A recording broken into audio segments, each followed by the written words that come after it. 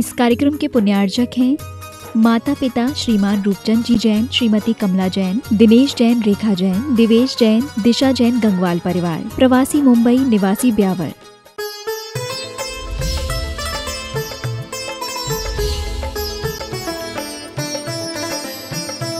आध्यात्मिकता से भरपूर,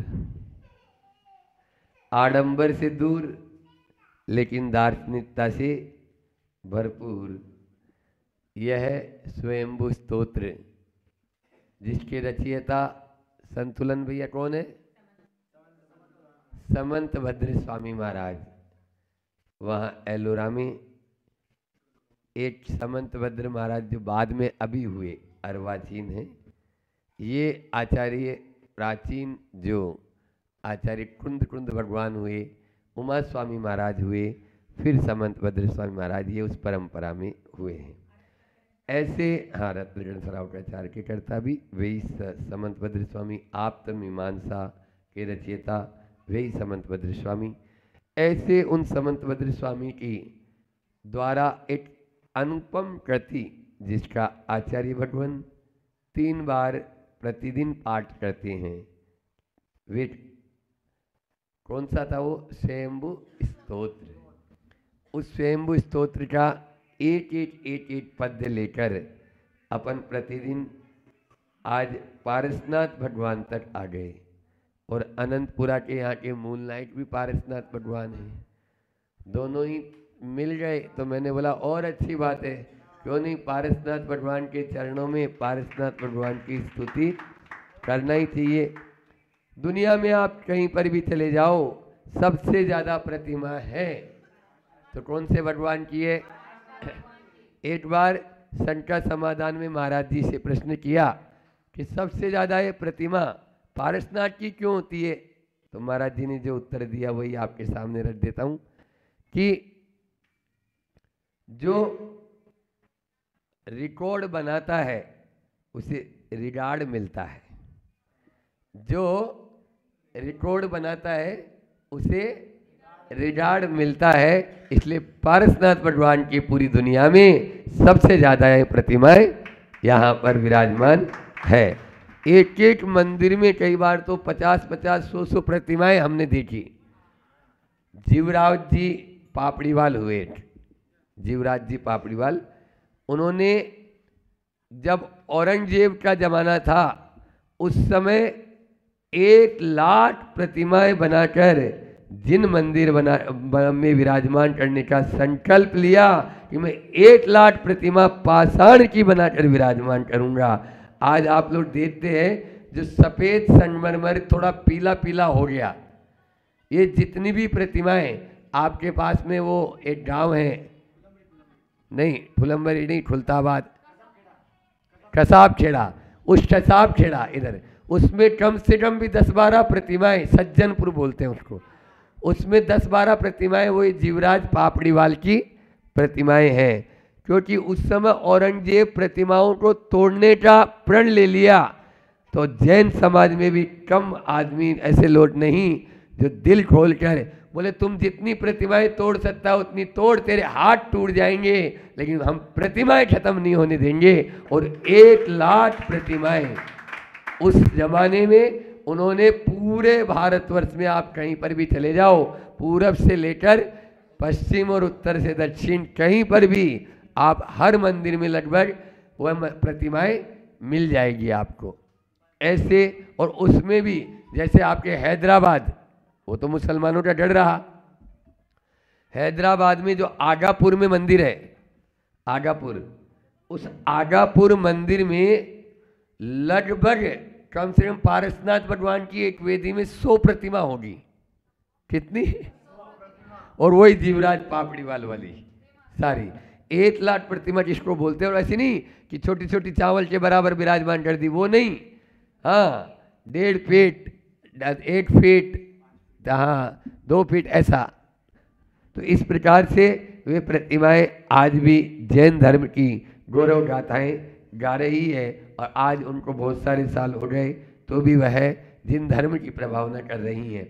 ऐसे उसमें पारसनाथ जो भगवान हैं उनकी स्तुति यहाँ पर करते हुए आज समंतभद्र स्वामी कह रहे हैं कि किस प्रकार से, क्योंकि उपसर्ग जो है कितने तीर्थंकरों पर, पारसनाथ भगवान और महावीर भगवान और सुपार्श्वनाथ भगवान, इस प्रकार से इन लोग, महावीर भगवान पे भी कम उपसर्ग नहीं हुए, खूब उपसर्ग हुए।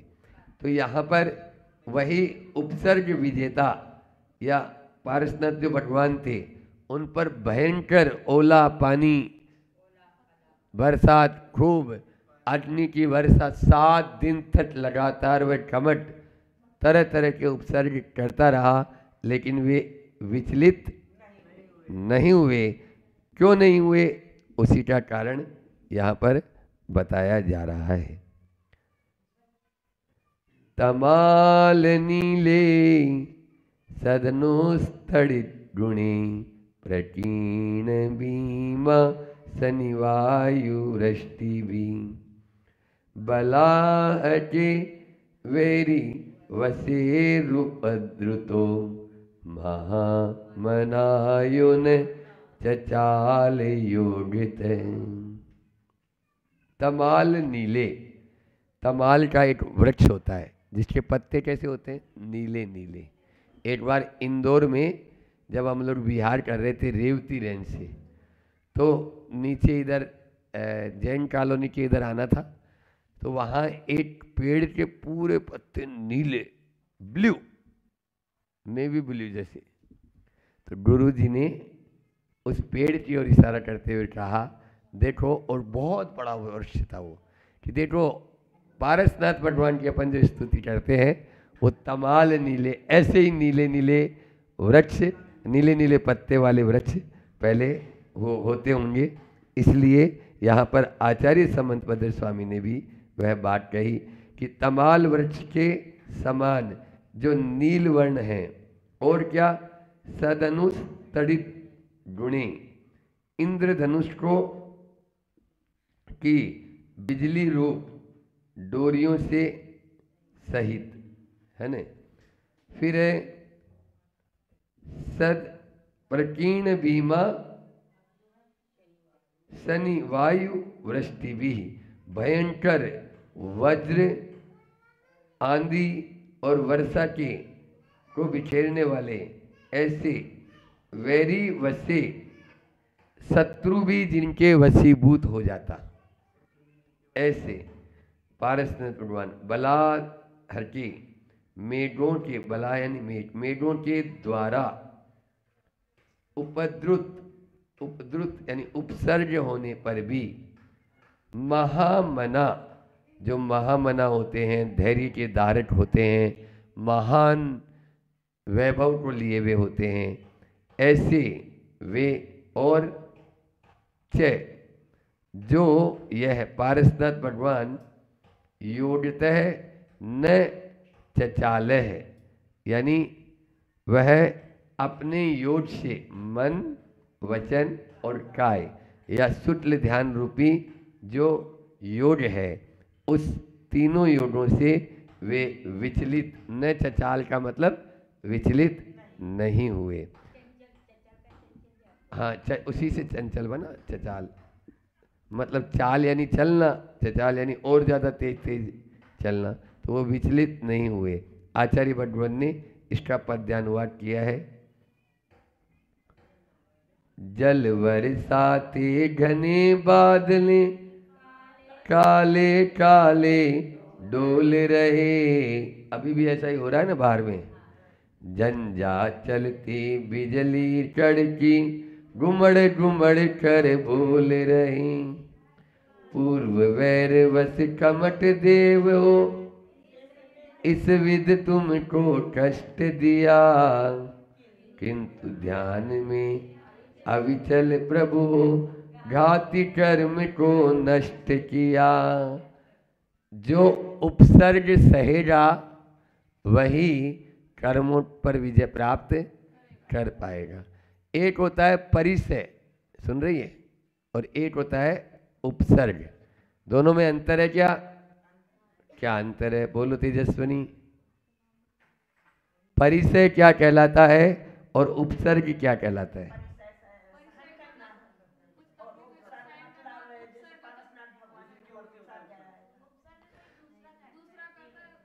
बहुत बढ़िया।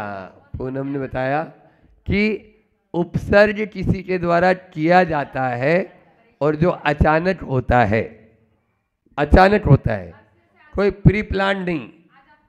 और जो परिचय है वो परिचय क्या है, वो सहन किया जाता है।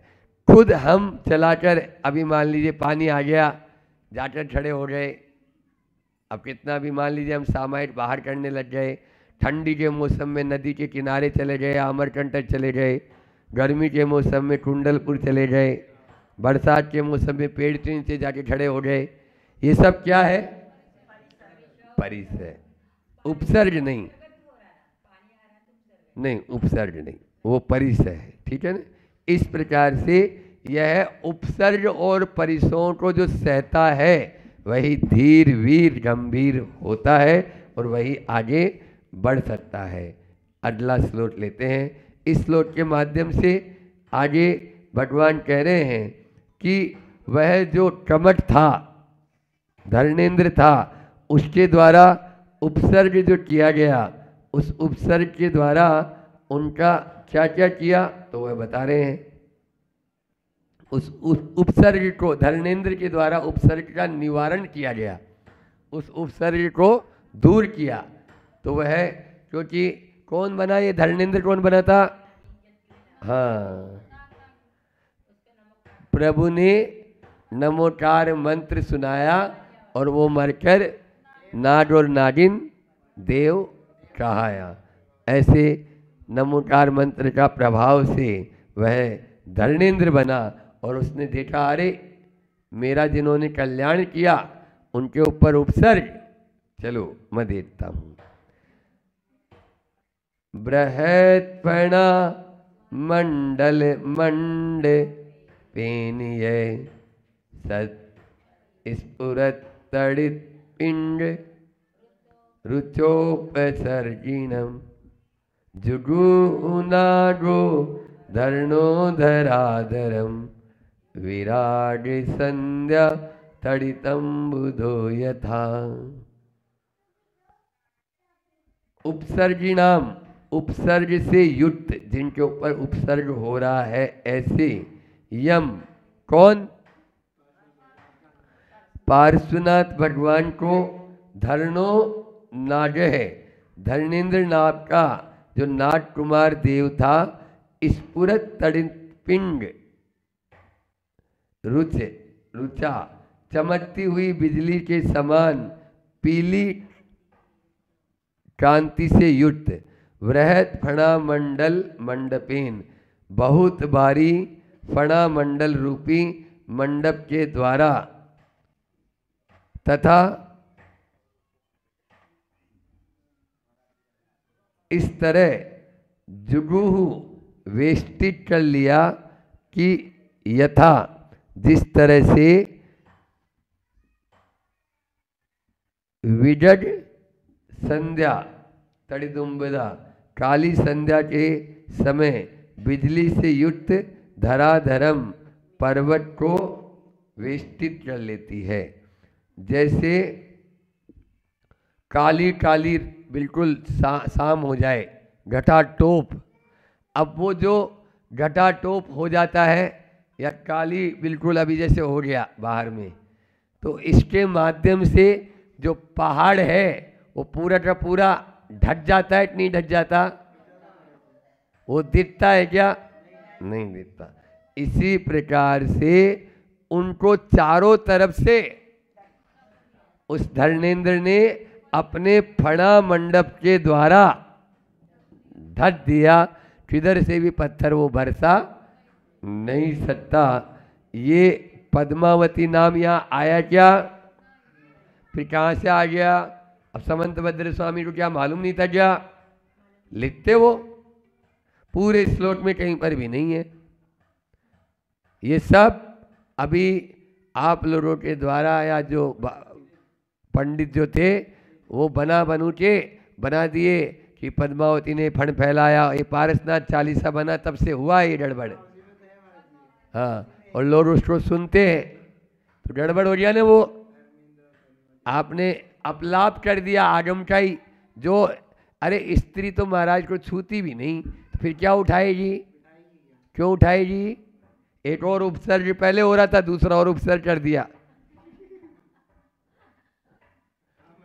एलोरा में विश्व की अद्भुत प्रतिमाएं बनी हुई है और कहीं पर भी इस प्रकार का नहीं है। आप लोग एलोरा जाके देख लेना, अभी हम वहीं से आ रहे हैं, वहां पर एक नहीं अनेकों प्रतिमाएं, सैकड़ों इस प्रकार से जो है। साइड में जो धर्मेंद्र है उसने पूरा फण फैला रखा है और छत्र लेके जो उसकी धर्मेंद्र की पत्नी है, पद्मावती नाम नहीं है, क्या बोलेंगे हम, धर्मेंद्र की, वो साइड से यूं छत्र लेके खड़ी है। जैसे आप लोग किसी पर कोई छत्ता लगाएं और वो बड़ी हाइट का हो तो थोड़ा तिरछा करके ऐसे लगाना पड़ता है, तब जाके वहाँ पर पहुँचते। ये पूरा का पूरा दिया हुआ है, लेकिन न जाने ये कहाँ से आया, कैसे घुसा, और इसको अब बाहर निकालना बड़ा टेढ़ी खीर हो गई। द्युति में बिजली सम पीला निज, फण का मंडप बना लिया। नाग इंद्र तव कष्ट मिटाने, तुम पर समुचित तना दिया। दृश्य मनोहर तव ऐसा, विस्मयकारी एक बना। संध्या में पर्वत को ढकता, समेत बिजली मेघ गना। जैसे बिजली के द्वारा या मेघों, बिजली युक्त जो मेघ होते हैं, काले काले जो मेघ होते हैं, वे पर्वत को ढक लेते हैं, ऐसे ही आपके द्वारा उस नाग कुमार देव के द्वारा आपको चारों तरफ से ढक लिया, ताकि वह उपसर्ग कर ही न सके। और तब वह हार गया कि अब मैं भगवान को नहीं जीत पाऊंगा। फिर उपसर्ग को जीत कर भगवान क्या हुए, तो वो अरिहंत पद को प्राप्त हुए। ध्यान रखना, जब हम लोग विहार करते हैं ना, तो थोड़ा खराब रास्ता आता है तो समझ जाते हैं कि ये अंतिम फाली है। कोई भी नजर आने वाला होता है, उस समय लास्ट में थोड़ा बहुत खराब आता ही आता है, तो बोले अब अच्छा कोई अपना स्टेशन आने ही वाला है। ऐसे ही प्रभु भी, आप कोई भी देख लो, जब भी कोई अच्छा कार्य होना होता है उसके पहले कुछ इस प्रकार की घटना घटित हो जाती है, तो ये उपसर्ग करने वाले एक तरीके से अपना भला भी करते हैं।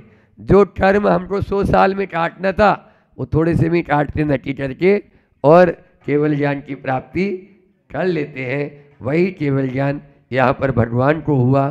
क्या हुआ तो बता रहे हैं। स्वयोग निसात धारिया, निसात यो दुर्जय मोह विद्विषम। अवापदारंत मचिंत्य मद्भुतम, त्रिलोक पूजातिशयास्पदम पदम। बहुत सुंदर। यह कौन? पारसनाथ भगवान। स्वयोग निस्त्रिंस निषाद धारिया, अपने तीनों योगों को जिन्होंने सूक्ष्म से सूक्ष्म कर लिया, ऐसे वह शुक्ल ध्यान की उस निषाद धारिया, पैनी पैनी धार वाली तलवार के द्वारा, खड़ग के द्वारा, दुर्जय मोह विद्विषम, उस दुर्जय जिसको जीतना बहुत कठिन है। कल भी शांति विधान में आपने उसके नाम के आगे क्या लगाया था? प्रचंड मोहनीय। आज कहाँ गई वो? आज आई नहीं क्या? नेमा अपने मनावर है। अच्छा, तो प्रचंड मोहनीय कर्म, तो आज आया वह मोहन रूपी दुर्जय शत्रु को निशाते नष्ट कर, अचिंत्य अचिंतनीय अद्भुतम आश्चर्यकारक गुणों से युक्त, त्रिलोक पूजा अतिशयास्पदम, त्रिलोक की पूजा के अतिशय के स्थान, आरंत पद्मम, आरंत पद को अवापत प्राप्त किया। आपने अपनी शुक्ल ध्यान रूपी पैनी तलवार के द्वारा उस मोहनीय कर्म को काट कर आपने क्या किया? आरंत्य पद को प्राप्त किया। केवल ज्ञान होने पर क्या हो जाते हैं? बोलो ना, अरंत परमेष्ठि। चार घातिया नाश करे अरहंत प्रभु कहलाते हैं। पाठशाला में पढ़ा ने? नहीं पढ़ा, अब पढ़ेंगे। हाँ चलो। आत्म ध्यान में कर्मी खरतर खंड आपने धार लिया। मोह रूप निज दुर्जय पुटो पल भर में बस मार दिया। अचिंत अद्भुत आरत पद को फल तय पाया अघारी। तीन लोक में पूजनीय जो अतिशयकारी अति भारी। वह अतिशयकारी अति भारी जो तीन लोक में पूज्य है। क्या पूज्य है? आरंत्य पद, अरहंत परमेष्ठि की सब आराधना करते हैं। ऐसा वह कब प्राप्त होगा? बोलो अनंतपुरा वालों। अभी तो अपन अनंत संसार का काम कर रहे हैं। मोहनीय कर्म अनंत संसार को बढ़ाने वाला भी है, और उस मोहनीय कर्म को यदि हमने अलग कर दिया तो फिर क्या कर दिया? तीन कर्म भी भाग के चले जाएंगे। और जब आयु कर्म है वो कम हो गया तो वो तीन कर्म भी भाग जाएंगे। दो ही हैं। जब तक संसार में है हमको रोके हुए कौन है? आयु कर्म।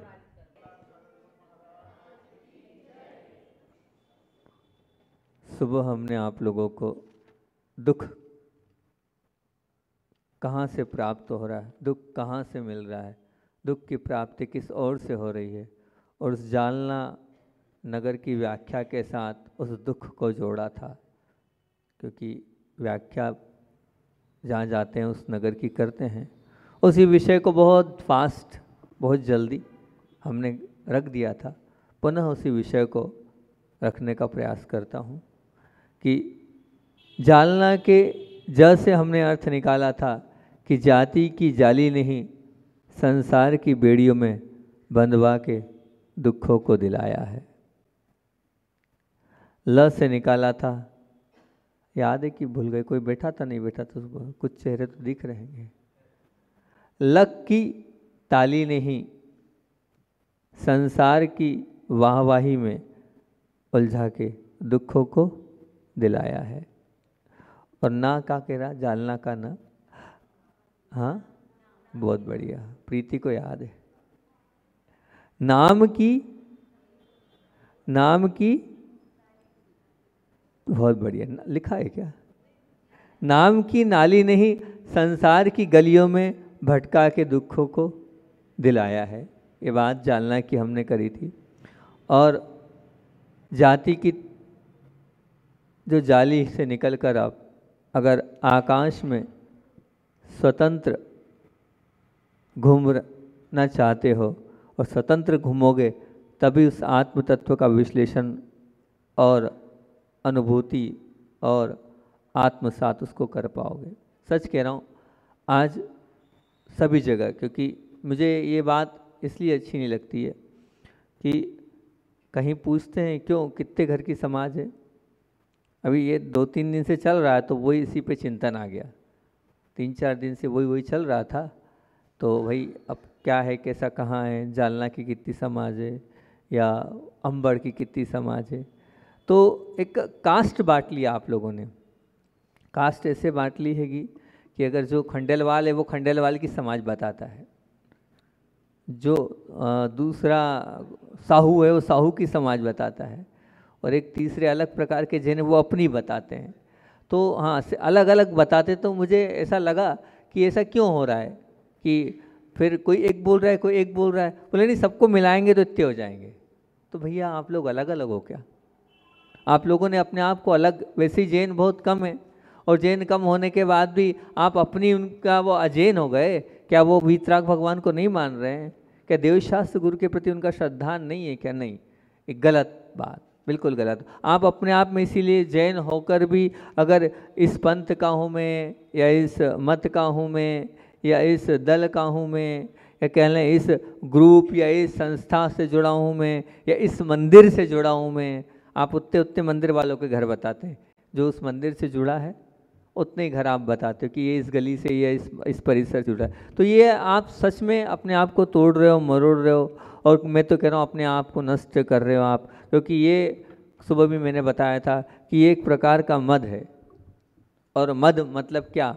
मद जहाँ आ जाएगा वहाँ आप मिथ्या दृष्टि बन जाएंगे, वहाँ आप मिथ्यात्व की ओर आ जाएंगे। वो पोरवाल, वो बघेरवाल, और कहना चाहिए वो परवार, ये सब आपने इस जातियों को बांट लिया है। आपने अलग अलग बांट कर अपने आप को तोड़ लिया। एक परवाल और एक पोरवाड़, खंडवा तरफ पोरवाड़ होते हैं, है ना। तो वहाँ भी ऐसे ही चलता था कि समाज क्या, तो पोरवाड़ को नहीं गिनते थे। तुम्हारे खंडेलवाल, घासपुरा वाले और इधर वाले छात्रावास वाले उनको जैन बोलते हैं, बाकी उनको जैन ही नहीं बोलते। ये बहुत गलत धारणा है। अगर इस प्रकार का आपको अपने खंडेलवाल होने पे गर्व हो रहा है, अभिमान हो रहा है, तो ये जो आपका अभिमान है, आपका जो गर्व है, ये आपको मिथ्या दृष्टि बना देगा, ये आपको नीचे मिथ्यात्व में ले जाएगा। क्योंकि सुबह ही हमने आपको बोला था कि वो आचार्य समुद्रभद्र स्वामी यही बोलते हैं ना, श्रद्धानम परमार्थानाम आप्त आगम तपोभृताम तिमूढ़ापोढ़मष्टांगम सम्यक दर्शन मश्यमहम। मतलब क्या हुआ ये? यहाँ पे वो परमार्थ भूत 7 तत्वों पर श्रद्धान करना है। अगर सम्यक दृष्टि है आप परखो, अपने आप को जांचो।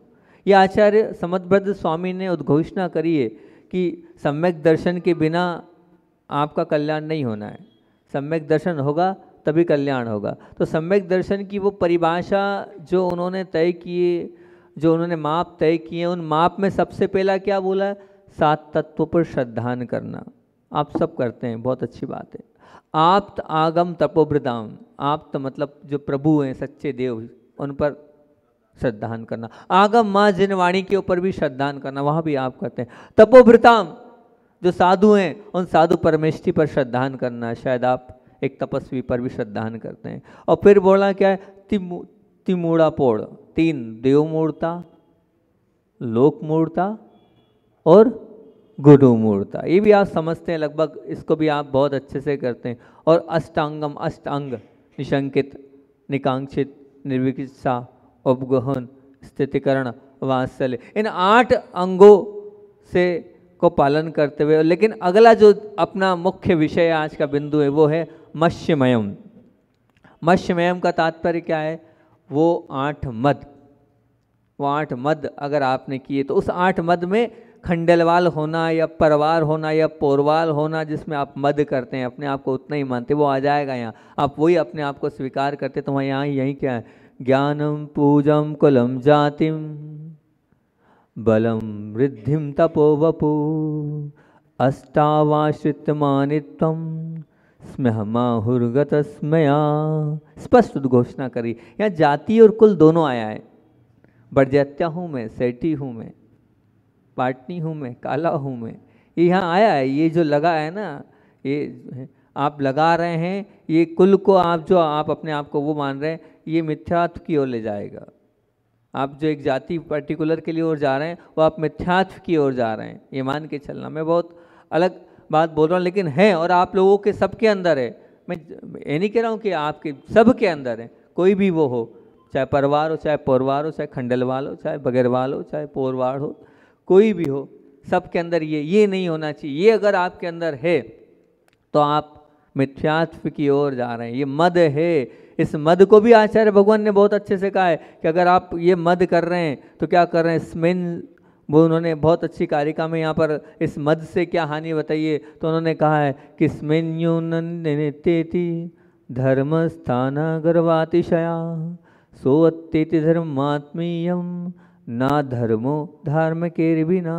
स्पष्ट कहा है यहाँ, जो पुरुष गर्व करते हुए मद से दूसरे जो धार्मिक धर्मात्मा पुरुष है उसका अनादर करता है, उसको जैन ही नहीं मान रहा है, तो वो जैन भगवान द्वारा इस प्रणीत रत्नत्रय धर्म का ही अनादर कर रहा है। एक भाई का अनादर कर रहा है तो एक रत्नत्रय का अनादर कर रहा है। जब रत्नत्रय का अनादर हो रहा है तो ये ध्यान रखना वो धर्मात्मा है ही नहीं। इसलिए ध्यान रखना, आप ये जालना की व्याख्या में जाति के ऊपर ही निकाला था। जिस प्रकार वो पक्षी जाल में फंस जाता है तो निकल पाना बहुत कठिन होता है, उसी प्रकार आप भी जाति के जाल में फंस गए हैं। अपने आप को उससे निकालो। अगर दुख के समुद्र से आपको निकलना है तो जाति के इस जाल को कभी नहीं बोलना। अब नहीं बोलना कि मैं ये हूँ, आप बोलना मैं जैन हूँ। जैन ही बोलना अपने आप को कभी भी खंडेलवाले, अपने आप को कभी भी पौरवार या अपने आप को परवार मत बनना, क्योंकि जाति से बंधकर ही कर्मों का बंधन और मोटा और गहरा और बड़ा होता चला जा रहा है, निश्चित होता चला जा रहा है। आप उत्ते से में बंध गए। जाति में पड़े रहने वाले ही कर्मों को नहीं जीत सकता, ध्यान रखना। अरे जब इस शरीर ही अपना नहीं बोला है आचार्य कुंद स्वामी ने, तो बताओ ना, आप जाति से बंध गए, जाति के बाहर से आप कभी भी ऊर्ध्वगमन की यात्रा ना कर सकोगे, ना कर पाओगे, ना हो पाएगी आपकी, निश्चित मान के चलना। इस जाति को मैं तो कह रहा हूँ जाति नहीं है, तो जाति की खाई है। खाई मतलब समझते हैं, खाई किसको बोलते हैं? गड्ढा। जाति की खाई ने सबको अलग अलग करके जुदा कर दिया है और सबको दूजा बना दिया है, अलग कर दिया है तो दूजा बना दिया है। अब वो दूसरे हो गए और आप दूसरे हो गए, मतभेद हो गया आप लोगों के अंदर। वो अलग और हम अलग नहीं, ये मत करो, बिल्कुल मत करो। इस जकड़न से मत जतो, क्योंकि जाति से जकड़ा हुआ है। अब जकड़े हुए मतलब क्या? बंधे हुए हो। इसलिए संसार में ही आपने वो जाति का बंधन जो बंधा हुआ, उसी से आप संसार को पकड़े हुए हो, और वो अकड़ और वो पकड़ से ही आप जीवन को की पकड़न में आप उलझे हुए हो। वो अकड़ और पकड़ के कारण आप जीवन की उस पकड़न में उलझे हुए हो, वो आपके साथ चली जा रही है। इसलिए जाति के महत्व नहीं, उस जाति के महत्व ने सबका अपनत्व लूट लिया है। वो अपनापन छूट जाता है, क्योंकि आप अपनापन किसको देते हो? बरजत्या है तो बरजत्या को दोगे, सेठी है तो सेठी को दोगे। काला आपके लिए दुश्मन हो गए, काला से कोई लेना देना नहीं है। होता है कि नहीं? वो बैठी है रुचि, सही है कि नहीं? वहाँ सेठी है ना, सेठी। काला क्या हो गए? काला पार्टी दूसरी हो गई। होता है कि नहीं? क्या है ये? अगर ये है तो फिर कहाँ रह गए हम? उतने से लोग हैं और उतने से लोग में भी अब वो सब कुछ जो है अपनत्व तो लूट लिया है इस जाति के और इस कुल के महत्व ने। और वो सब कुछ परत्वपनेश आ गया सबके अंदर, परपना आ गया सबके अंदर। पर पदने को महत्व दे दिया वहाँ पर, हर समाज में, हर स्थान पर, हर जगह पर ये होता चला जा रहा है। इसलिए भावना ये थी कि जाति के जड़ से अगर आप लोगों को लगता है मेरी बात अच्छी लग रही है, तो अब जाति का गर्व मत करना। अगर जाति का गर्व करोगे, अपने कुल का गर्व करोगे, कुल का बहुमान करोगे, तो आप मिथ्यात्व की ओर जाओगे। मिथ्यात्व मतलब अनंत संसार की ओर जाओगे। अनंत संसार मतलब आपका कल्याण नहीं होने वाला है। और फिर दूसरी बात ल से हमने करी थी, लक की ताली नहीं, संसार की वाहवाही में उलझा के दुखों को दिलाया है। लक से मतलब जोड़ा हमने ये था, लक अर्थात क्या? भाग्य, अच्छी किस्मत और वाहवाही में उलझ गए तो संसार के दुखों में हम उनको नहीं सुलझा पाएंगे, संसार के दुखों को हम नहीं सुलझा पाएंगे। अगर संसार के दुखों को सुलझाना है और उससे उलझना नहीं है, तो निश्चित तौर से जो आपका भाग्य है, जो आपका पुण्य है, उस पुण्य पर निश्चित ये मान के चलना, क्योंकि जब आप अच्छे हो तो सब लोग आपकी वाहवाही तो करेंगे ही, इसमें कोई दोहराए है ही नहीं। कि जो अच्छा होता है वो कभी भी उसकी तो ताली उसके लिए बजेगी, उसकी ताली में बस आप उस वाहवाही में आप उलझना मत। और होता यही है कि संसार का प्रत्येक प्राणी, वो चाहे कोई भी हो, जीवों के कान में अपनी वो वाहवाही के लिए वो तरसते भी हैं और तड़पते भी हैं और भूखे भी हैं। निश्चित बोल रहा हूँ, अगर कोई अच्छा गाता है और गा लिया और गाने के बाद अगर किसी ने वाह नहीं करा तो बताओ उसको कैसा लगता है? कैसा लगता है? ये तड़पन नहीं होना चाहिए वाह वाह की। ये तड़पन अगर हो गई, ताली की तड़पन हो गई, वो वाह की तड़पन हो गई तो कोई मतलब नहीं है। हम प्रवचन कर रहे हैं और किसी ने अगर नहीं कहा अच्छा किया कि नहीं किया, ये भूख अगर हमारे अंदर है, ये तड़पन हमारे अंदर है, गए काम से, हम तो उलझ गए अभी हम, इसी से दुख का कारण बन रहा है। और किसी ने कह दिया बहुत अच्छा, आपके लिए नहीं कह रहा हूँ इसलिए मैंने मेरा ही बोल दिया, है ना। और अगर ये उलझन और ये अगर हमारे तड़पन, अगर ये भूख हमारे अंदर है, उसके लिए हम तरस रहे हैं, वहाँ के लिए तरस लें, बहुत अच्छा के लिए तरस लें तो कोई नहीं, परंतु ये भूख ना कभी शांत हुई। अगर ये भूख है तो हर बार बढ़ती चली जाएगी, वो शांत नहीं होगी, उसको किसी भी प्रकार से आप शांत नहीं कर सकते, नहीं, बिल्कुल नहीं। इस ताली की पाली नहीं हमें उलझा रखा हैगा, संसार की थाली उसी से बढ़ती चली जा रही है, इसलिए हमें इससे बचना है और इससे ऊपर उठना है और इससे आगे बढ़ते चले जाना है। तो कभी भी हमें प्रशंसा की भूख नहीं होना चाहिए, वाह की भूख नहीं होना चाहिए कि सब मेरी प्रशंसा करें, लेकिन मुझे भूख नहीं होना चाहिए, मेरी अंदर से चाह नहीं होना चाहिए कि वो मेरे लिए अच्छा कहें। जब आपके अंदर ये बात और ये भाव आ गए, और मोस्टली सबके अंदर आ जाते हैं भाव कि मेरी प्रशंसा नहीं हो रही है, इतना करने के बाद भी, इतना होने के बाद भी मेरे लिए एक शब्द भी तारीफ़ का नहीं किया जा रहा है, नहीं। लेकिन अगर ये चाह है तो आप ये चाह ये मान के चलना आपके अंदर दाह को उत्पन्न करेगी, आपके दुख को बढ़ाने वाली ये चाह हैगी, इस चाह को छोड़ दो आप।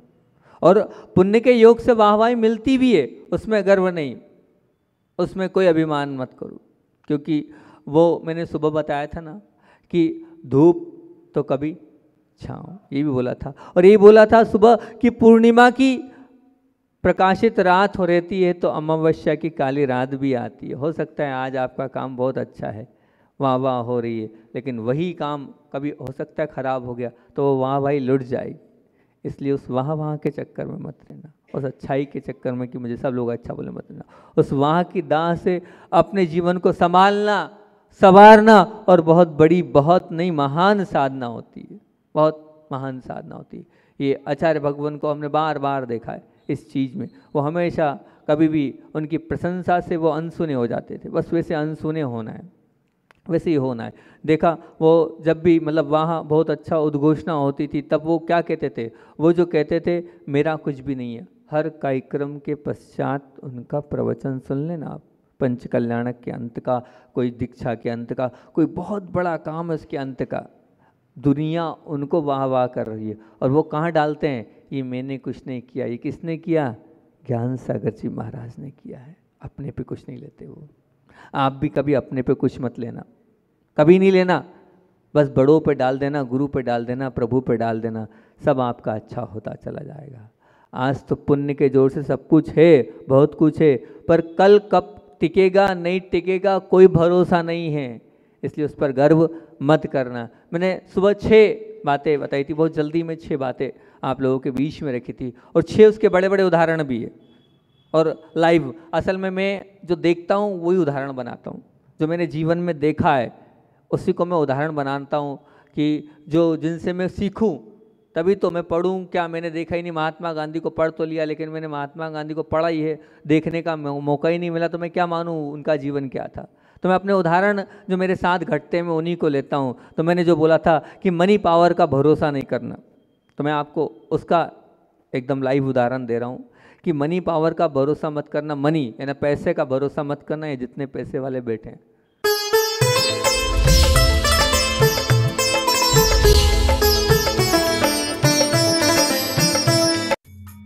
इस कार्यक्रम के पुण्यार्जक थे माता पिता श्रीमान रूपचंद जी जैन, श्रीमती कमला जैन, दिनेश जैन, रेखा जैन, दिवेश जैन, दिशा जैन, गंगवाल परिवार, प्रवासी मुंबई, निवासी ब्यावर।